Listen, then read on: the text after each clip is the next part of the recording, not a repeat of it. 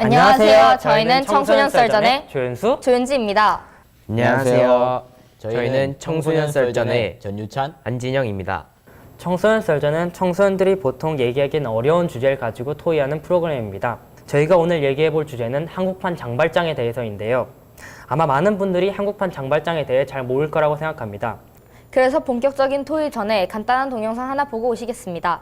먹을 것을 구하려고 도둑질까지 생계형 범죄자들을 보면 안타까움도 있습니다. 직업 훈련을 받는 대신 처벌을 면해주는 제도가 생겼습니다. 조미애 기자가 보도합니다. 늦은 밤 손수레를 끌고 영업이 끝난 식당에 도착한 남성. 출입문을 붙잡고 씨름하다 침입에 성공해 쌀 2포대와 양파를 챙겨 나옵니다. 55살 정모 씨가 석 달 동안 10여 곳의 식당과 마트에서 훔친 건 다름 아닌 쌀과 휴지 등 생필품. 먹으려고 했던 거예요. 이 최근에 인절이 구하긴 구했는데 이달 말일 돼야지 봉급을 타거든요. 먹고 살 길이 없어갖고. 70대 할아버지가 불편한 몸으로 비까지 맞으며 동파이프를 잘라 훔쳐가기도 하고 심지어 하수구 철판 덮개를 뜯어가기도 합니다. 먹고 살기가 막막해 범죄에 뛰어든 생계형 범죄자들인데 처벌을 받은 뒤에도 다시 범죄 유혹에 빠지는 경우가 많습니다. 지난해 충북에서는 만원 이하 절도가 64%나 늘었고 10만 원 이하 절도도 10% 증가했습니다. 이러한 생계형 범죄자들에게 한국법무보호복지공단에서 기술훈련을 받으면 기소를 유예받을 기회를 줍니다.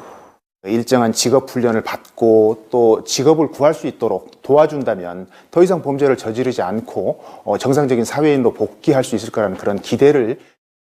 초범이나 경범죄자들이 우선 대상이지만 중범죄자의 경우도 자활의지가 강하면 검찰청과 시민위원회의 판단에 따라 선발될 수 있습니다. MBC 뉴스 조미애입니다. 저는 이런 생계형 절도 사건들이 증가한다는 것이 오히려 국가가 제 역할을 하지 못하는 거라고 생각해요. 왜냐하면은 국가는 범죄자들의 대부분인 사회적 약자들을 먹여 살려야 할 의무가 있는데 지금 국가가 그들을 경제적, 복지적으로 떠받치지 못하는 거잖아요. 그렇기 때문에 오히려 그들을 법대로 처벌하기보다는 이러한 사건을 근본적으로 막을 수 있는 제도가 더 필요하다고 봐요. 네, 저도 그렇게 생각해요. 같은 범죄를 저질렀어도 처벌받는 대상에 따라서 강도는 나빠지거나 높아질 수도 있기 때문이에요. 저도 어렸을 때 편의점에서 과자를 훔친 적이 있어요. 진짜요? 네, 근데 다행히 편의점 직원이 저를 용서해 주었고 그래서 전 다시는 물건을 훔치지 않았어요. 이처럼 어떤 사회적 문제 같은 경우에는 복지제도를 향상시키거나 또 사회적 관용을 통해 해결할 수 있다고 생각해요. 맞아요. 오히려 그들을 처벌하기보다는 아예 근본적으로 막을 수 있는 복지제도와 그들을 도울 수 있는 경제적인 기반이 더 필요하다고 봐요. 저는 징역이란 처벌에 찬성하지 않아요. 법은 인간과 사회 질서 유지라는 명목하에 이루어진 사회적 약속인데 이 법이 기본적인 생계 유지를 방해하거나 억제한다면 이 법의 정당성은 사라지는 것이 아닌가요? 법원에서는 징역을 선고하기보다는 정상 참작하여 피고인의 상황을 고려하여 경제적인 피해를 입지 않는 한에서 집행유예를 선고하는 방법이 더 옳다고 생각해요. 하지만 이 사례는 100만 원 이하의 피해 규모에 해당되는데 100만 원이 그리 작은 돈도 아닌데다가 이를 악용하려는 사람들이 생길 거라고 생각합니다. 따라서 이런 상황은 꼭 처벌해야 하고 처벌 면제는 연말 사면과 같이 아주 특별한 경우에 한해서만 해야 될 것 같네요. 저는 이러한 생계형 범죄들을 처벌해야 된다고 생각해요. 비록 이런 범죄들이 100만 원 이하의 피해 금액인 경범죄라고 해도 그들의 범죄로 인한 피해자들의 피해 보상을 하기가 매우 어려워요.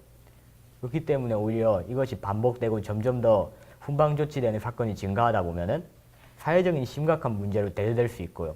그리고 또 이렇게 범죄를 저질러도 결국엔 난 아무런 처벌도 받지 않는구나 라고 생각하는 사람들이 많아질 우려가 있어가지고 결국 사회적인 반작용을 불러올 수가 있고요.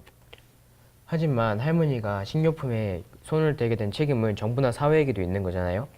만약 정부가 제대로 된 복지제도를 시행하였다면 만약 할머니가 식료품에 손을 대었을까요? 아니죠. 이처럼 책임을 같이 나눠야 될 정부가 할머니의 탓으로 돌리고 할머니를 처벌한다는 것은 모순된 일이라고 생각해요. 법은 사회의 질서를 유지를 위해서 필요한 게 아닐까요? 네, 맞는 것 같아요. 법은 그 나라의 국민을 위해 존재한다고 생각해요. 그 나라의 국민이 조금 더 안정적이고 편하고 평등하게 생활할 수 있게 도와주는 게 법의 역할인 것 같고 국가가 혼란스러울 때 그 혼란을 잠재울 수 있도록 활용할 수 있는 것 같아요. 법의 진정한 의의는 사회 질서를 유지하고 또 죄를 저지른 사람을 교화하여 다시 사회에 적응시키는 거라고 생각해요.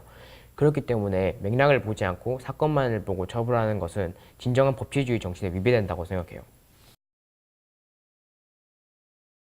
사실 이미 이런 사회적 약자들을 구제할 복지 시스템은 이미 많이 마련되어 있는데 그 중에서 대부분은 악용을 막아야 되잖아요. 그렇기 때문에 약간 좀 범위를 좁혀놨죠. 그래서 적용이 안 되는 사회적 약자들도 많고 오히려 이것이 아예 존재하는지도 모르는 그런 사회적 약자들도 굉장히 많죠. 그렇기 때문에 그냥 최선은 이런 모든 복지를 전부 다 확대하는 것이지만 그것이 지금은 불가능하기 때문에 최선보다는 차선으로 이런 복지 시스템을 좀 더 많은 사람들이 받을 수 있게 그래서 확대하고 알리는 것이 훨씬 더 좋을 것 같아요. 복지가 있어도 받지 못하는 것이 아니라 저는 복지가 없어서 잘 못 받는 거라고 생각합니다. 초록우산, 유니세프 등등 많은 자선단체들이 많은 노력을 기울이고 있어요. 하지만 저는 이것만으로는 부족하다고 생각해요.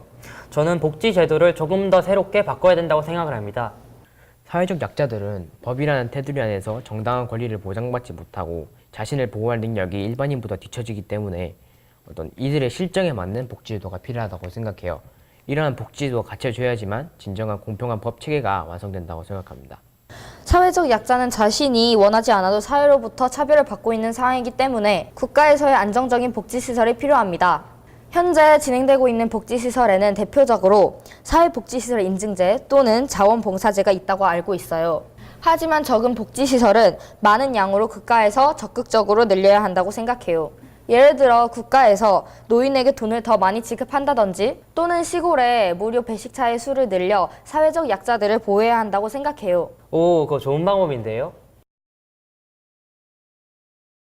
이렇게 한국판 장발장 사건과 그에 관련된 법, 복지, 사회적 약자 등에 대해서 알아보았는데요. 윤지양은 어떠셨나요? 저는 개인적으로 평소에 접해보지 못했던 새로운 주제에 대해서 토의할 수 있어서 굉장히 색달랐던 것 같습니다. 그냥 단순히 TV 뉴스로만 접하는 것보다 이렇게 직접 이슈에 대해서 토론을 해보니까 훨씬 더 뜻깊고 재밌었던 것 같아요. 다음번에도 이런 다른 이슈로 토론을 직접 해보면 좋겠어요. 네, 저도 다른 이슈로도 함께 해봤으면 좋겠네요. 그렇다면 청소년 썰전 1화는 여기서 마치도록 하겠습니다. 지금까지 청소년 썰전이었습니다.